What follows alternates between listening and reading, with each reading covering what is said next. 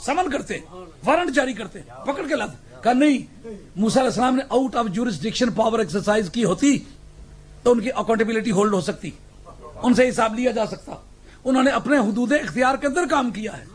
पता चला नबी का दायरा इख्तियार आसमानों पर रहने वाले जमीन वालों के ताबे का। जाकर के पूछो उसे, एक बैल की पुश्त पे हाथ रखवाओ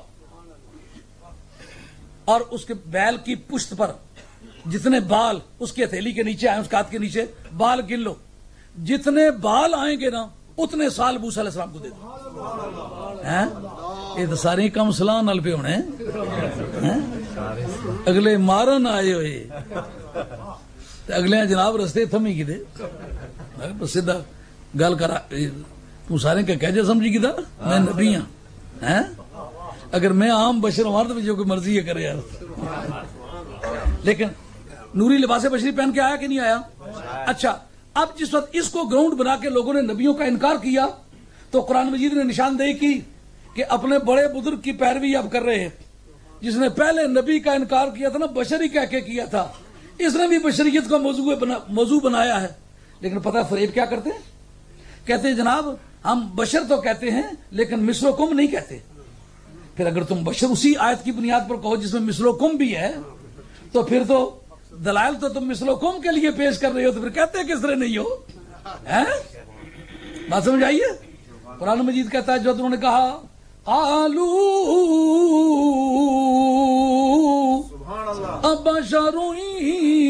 यादूनना, उन्होंने कहा क्या बशर में हिदायत देंगे? हुआ क्या? ये आगे फास सबबिया है। तफसीर सावी जलालैन शरीफ की शरह किताबें मौजूद है।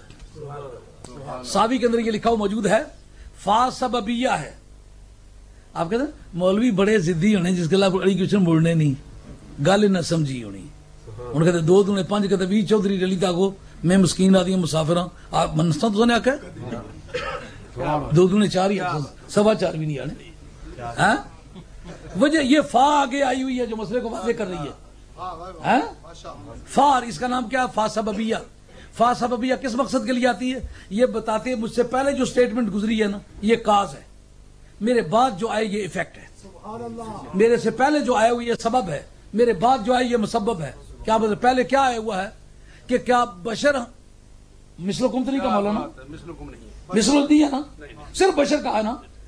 लेकिन फकफरू पर काफिर हो गए। क्या मतलब? नबी को बशर कहना इल्लत है बंदे के काफिर हो जाने की। जिम्मेदारी से कहता हूं, सावी के अंदर लिखा हुआ मौजूद है। और बशर होना और चीज है, बशर कहना और चीज है। उन्होंने नबी को बशर कहा और सुन्नी तेरा अकीदा ठीक है। जिस वक्त मैं एक मरतबा मंडी बहाउद्दीन में तकरीर कर रहा हूं, बड़ी मुद्दत के बाद अल्लामा हज़ारवी रहमतुल्लाह बकायदे हयात जो उनकी मौजूदगी में किसी ने कहा तुम कहते हो सहाबा में से किसी की मिसाल बताओ, अहले बैत में से मिसाल बताओ जिसने नबी को बशर कहा हो। तो उस वक्त किसी ने चिट्ठी वो मिशकात शरीफ की हदीस कि काना बशरम मिनल बशरे, सरकार बाज बशरों में से थे। मैंने कहा मुझे ये बतला कजिया बाजिया कहा है? हाँ, बाज बशरों में से थे, तो बाज बशरों में तो जिब्रील अमीन भी हैं। सूरत बशरी इख्तियार करके आए कि नहीं आए? मलकुल मौत भी सूरत बशरी बन के आए कि नहीं आए? तो बाज हमेशा कसीर के मुकाबले में कम होते हैं, तो वो बशर जो तादाद में कम है वो कौन है? वो ये है। अब बताओ हैं? दूसरा फनी तौर पर यह हदीस हजरत अब्दुल्लाह इब्न अबी औफा से यह रवायत है, और फनी तौर पर इल्मुल मुस्तलह के माहिरीन ने कहा कि इस शख्स की हदीस रवायत करता काबिल एहतिजाज नहीं है। कहा नबी की इज्जत और अजमत के खिलाफ कोई दलील पेश करना चाहता है, रावी कमजोर पेश करता है, और इसके मुकाबले में तो मजबूत रावी भी आए जो उसकी बात काबिल तस्लीम नहीं है। फिर और बात हजरत सैयदा के सामने इजहार ताज्जुब के तौर पर कि जो लामकान में गए नूरियों की इमामत की, आप उनकी बीवी हैं, बीवी बन के कैसे रहती होंगी? उस वक्त उन्होंने ये जवाब दिया कि बशरी तकाजों की भी तकमील करते हैं। उन्होंने तो ये शुबा रफा करने के लिए कहा कि नूरी हैं तो जोड़े की जिंदगी किससे गुजारते हैं? اب تمہیں کیا تکلیف ہے؟ تم کس مجبوری سے کہتے ہو؟ اب وہ پہلا مجرم کون؟ شیطان. پہلا جرم کیا؟ عقیدے کا جرم. اور بعد میں اس نے انکار کیا نا. پہلے نبی کی بشریت کے تقاضے اس کے دماغ میں آئے. اب اس جگہ محدثین اور مفسرین کہتے ہیں اگرچہ یہ آئے لیٹ ہیں یہ، لیکن پرانے ٹیچر کے تعلیمات پر ان کے عمل ہیں.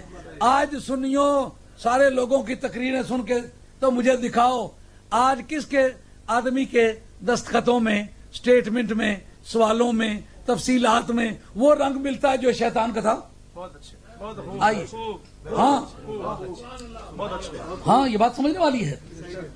اور قرآن مجید نے ان تمام دلائل کو ذکر کیا ہے جو آج کے دور میں لوگ پیش کرتے ہیں. جی وہ نبی کھاتا ہماری طرح، نبی پیتا ہماری طرح ہے، ہمارے جیسا ہے، لیکن کہتے ہیں ہم افضل سمجھتے. یار قرآن مجید میں جو سٹیٹمنٹ ملتی ہے جو اس طرح کے دلائل دیتا ہے وہ نبی کی عظمت کے انکار کے ارادے سے کرتا ہے. مثلا وہ کہتے ہیں کہ ان ما ھذا الا بشر مثلکم یرید ان یتفضل علیکم. یہ تمہارے جیسا آدمی ہے، یہ تم پر فضیلت حاصل کرنا چاہتا ہے. کیا مطلب؟ نبوت اور رسالت کا دعویٰ یہ ظاہر کرتا ہے کہ تم سے بڑا ہو، اور بشر کا نعرہ اس لیے ہوتا ہے تمہارے جیسا نیچے ہے. وضع واضح میں اس کی غرض نبی کو اپنے مرتبے سے نیچے گرانا ہے. اور جن جن لوگوں نے یہ باتیں کی ہیں انہوں نے کی تو نبی پاک کی اور نبی کی عظمت کو گرانے کے لیے ہیں. اس کا کیا مطلب نکلتا ہے کہ دلائل سارے وہ پیش کرتے ہو جو نبی کو عظمت سے محروم کرنے کے لیے استعمال ہوئے، اور دعویٰ یہ کرتے ہو کہ میں مانتا ہوں. کرے مصطفیٰ کی احانتیں کھلے بندو ان پہ یہ جرأتیں کہ میں کیا نہیں ہوں محمدی. ارے ہاں نہیں، ارے ہاں نہیں. اور سورہ مومنون میں قرآن مجید نے ایک بڑا خوبصورت جملہ بولا ہے. وقال الملأ من قومه الذين كفروا وكذبوا بلقاء الآخرة وأطرفناهم في الحياة الدنيا ما هذا إلا بشر مثلكم يأكل مما تأكلون وَيَشْرَبُ مِمَّا تَشْرَبُونَ. مولانا بہت خوبصورت اسٹیٹمنٹ ہے قرآن مجید کی.